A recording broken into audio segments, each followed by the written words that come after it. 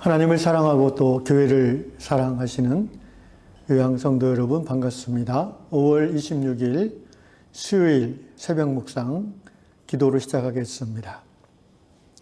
참 좋으신 우리 아버지 하나님, 하나님께서 얼마나 우리를 사랑하시는지 이 아침에 우리가 호흡이 이어지며 또 지각이 작동하여 하나님의 말씀 앞에 나오며 무엇보다도 하나님을 갈망하는 생명의 갈망으로 이 자리에 서 있게 해주시니 감사드립니다. 이 모든 것이 하나님이 우리를 사랑하시며 우리를 위하여 주시는 은혜임을 고백하며 감사와 찬양을 드립니다.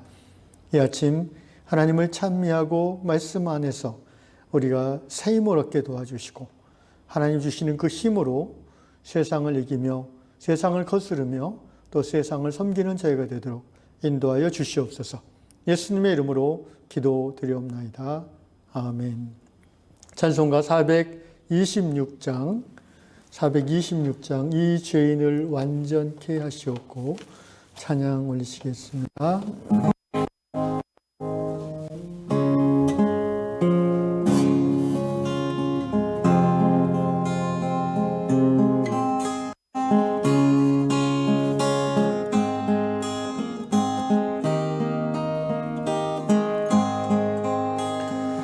이 죄인을 완전케 하시옵고 내 맘속에 영원히 거하소서.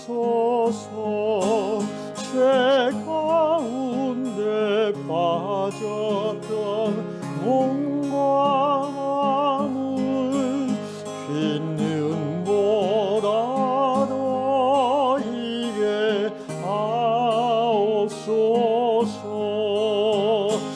눈보다 더욱 희어지게 곧 씻어서 정결케 하옵소서. 저 보좌에 앉으신 주 예수여, 이 몸 주께 드리니 받으소서. 내 마음과 지식도 그리오니 흰 눈보다 더 이게 하옵소서. 눈보다 더욱 희어지게 곧 씻어서 정결케 하옵소서. 그 상하신 날 아래 엎드려서 날 깨끗게 하시기 원합니다. 날 정결케 하는 길 믿사오니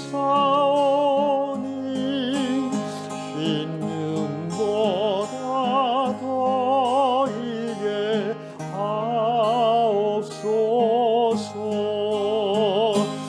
눈보다 더욱 희어지게 곧 씻어서 정결케 하옵소서. 눈보다 더 희어지게 곧 씻어서 정결케 하옵소서.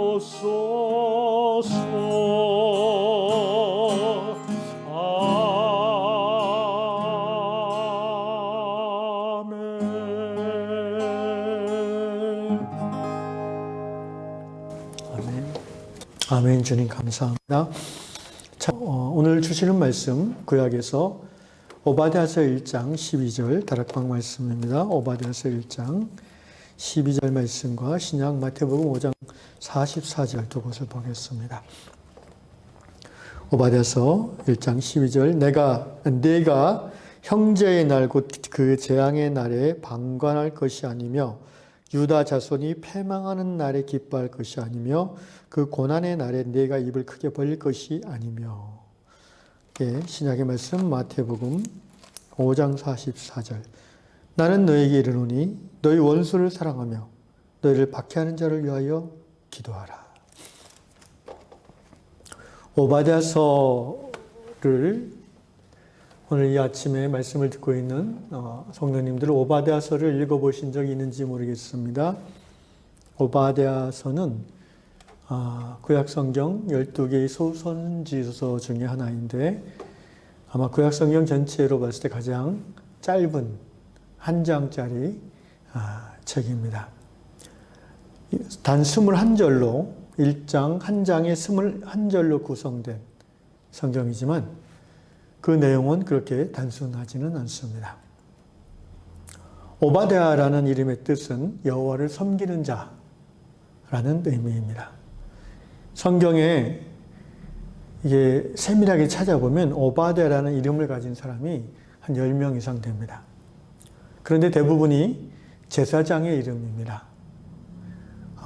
당연히 제사장이니까 무슨 지파겠습니까? 레위 지파 소속이겠죠. 여기 오바댜 선지자도 레위 지파 소속의 제사장으로 섬기던 사람인데, 그러니까 이분의 그 본업은 제사장인데 가끔 부분적으로 선지자로 부름받아 사역을 한 그런 선지자로 학자들은 이해를 합니다. 그러니까 일종의 풀타임 선지자가 아니라 파트타임 선지자라고 볼 수도 있겠습니다.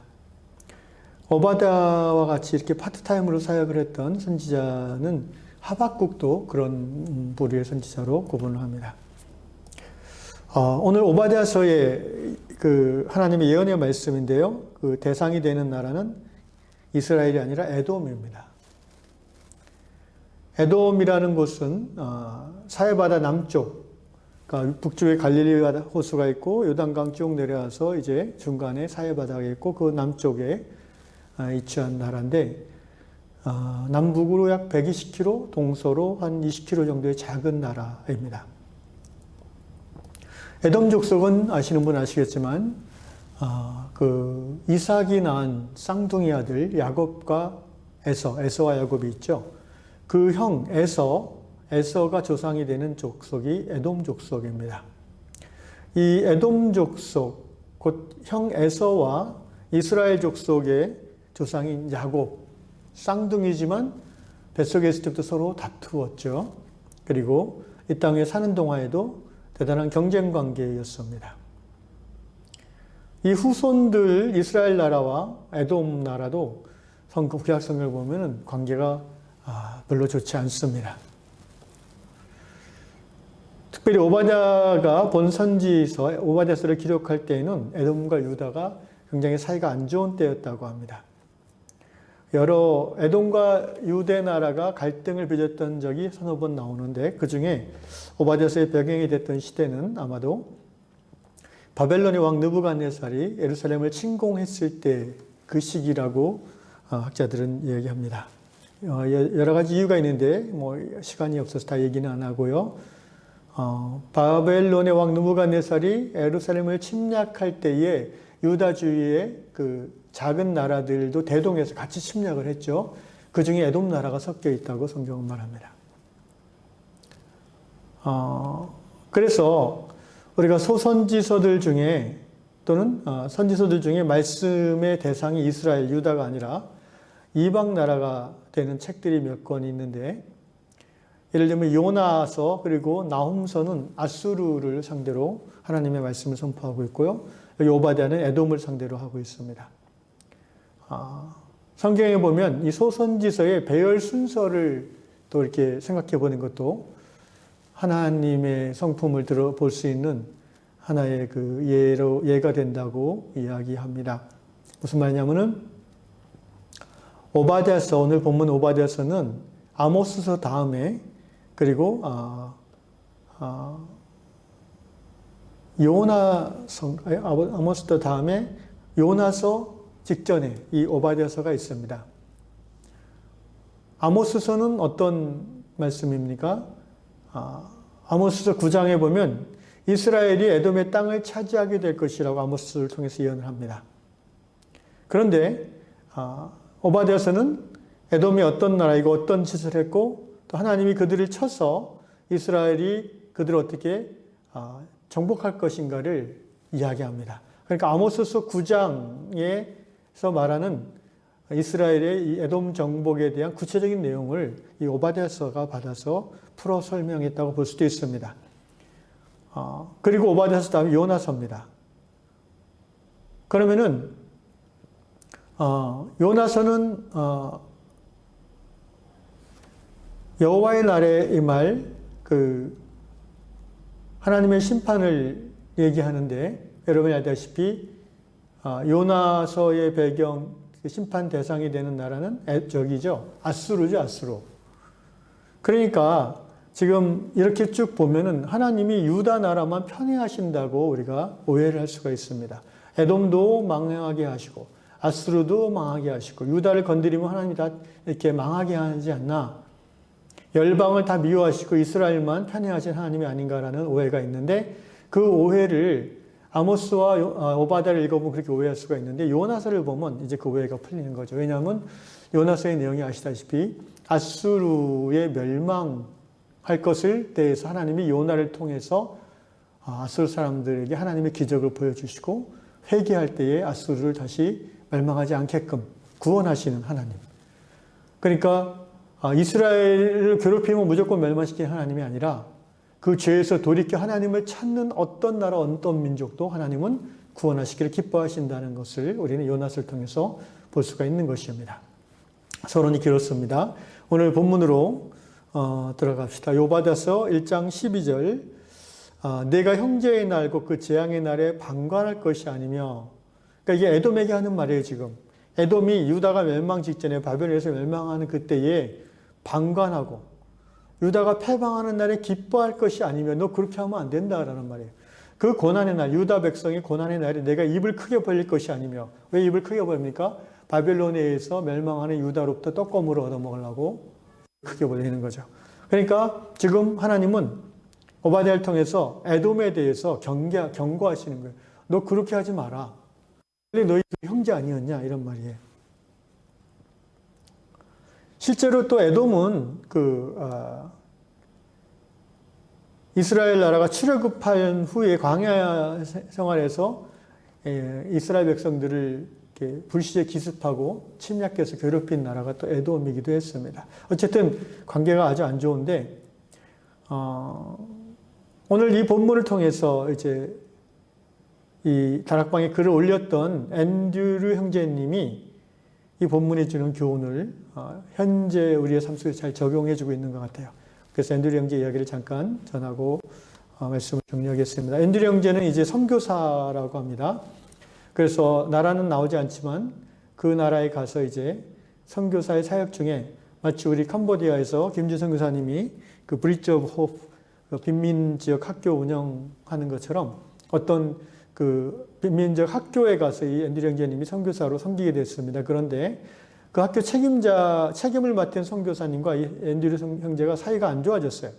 그래서 결국 그 체류 비자가 연장이 안 됐습니다. 그래서 이 앤드류 형제는 그 학교 책임자 선교사님을 미워하는 마음이 아주 커졌습니다. 그래서 결국 그 학교를 비자 때문에 떠나게 됐죠. 그 후에 좀 시간이 지나서 앤드류 형제는 그 학교가 굉장히 어려움을 겪고 있다는 얘기를 들었고 그 선교사님도 마음이 힘들어한다는 얘기를 듣고 통쾌한 마음이 들었다고 적어놨습니다. 그런데 한편으로는 통쾌하지 한편으로는 마음이 좀 불편했대요. 그래서 앤드류 형제가 기도하는 가운데 오바댜서를 읽다가 말씀에 찔림을 받아서 마음을 돌이켜서 학교를 위해서 기도하기 시작했고 또 그 학교 책임자 선교사님에게 하나님께서 형통케 하시기를 위하여 기도했다고 했습니다. 그런데 얼마 후에 정말 하나님이 그 기도를 들어주셔서 그 선교지 학교가 다시 잘 돌아가고 또 그 선교사도 잘 회복됐다는 얘기를 듣고 정말 마음이 기뻤다는 그런 간증을 이야기해 주고 있습니다. 사랑하는 형제자매 여러분, 에돔이 유다를 대하는 그 태도는 오늘 우리의 삶으로 얘기하자면 우리가 원수를 대하는 태도, 또 우리와 관계가 안 좋은 사이가 나쁜 사람을 대하는 우리의 태도에 대한 하나님의 경고로 우리가 받아들여야 되는 것입니다. 실제 이 앤드류 형제는 그렇게 받아들였기 때문에 회개하게 되었고 오히려 그 원수된 선교사님을 위해서 기도함으로 응답을 받았다고 그러지 않습니까? 오늘 신약 마태복음 5장 44절도 같은 말씀을 하십니다. 예수께서 하신 말씀입니다. 나는 너에게 이르노니 너희 원수를 사랑하며 너희를 박해하는 자를 위하여 기도하라. 또 로마서 12장 14절에서도 이렇게 하나님은 말씀하십니다. 너희를 박해하는 자를 축복하라. 축복하고 저주하지 말라. 로마서 12장 19절, 신명기 32장 35절에 인용인 바 원수 갚는 것이 내게 있으니 내가 갚으리라 라고 주님이 말씀하셨습니다. 여러분 성경을 읽다 보면 하나님의 뜻이 우리의 정서와 우리의 세상에 익숙한 우리의 상식과 맞지 않는 경우가 가끔 드러납니다. 그럴 때 우리는 어느 한쪽을 선택해야 됩니다.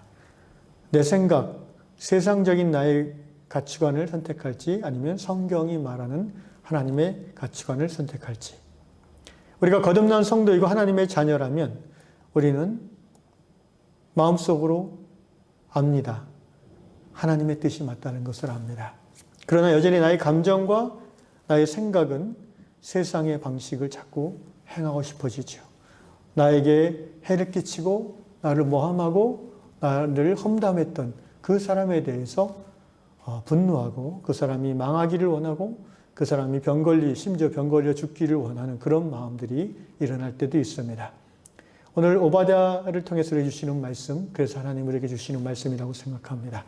사랑하는 유양의 형제자매 여러분, 이 아침에 여러분을 괴롭혔던 사람들을, 여러분에게 억울함을 주었던 사람들을 하나님 앞에서 용서하시고 그리고 하나님 앞에 그것들을 올려드리기를 주의 이름으로 권면합니다.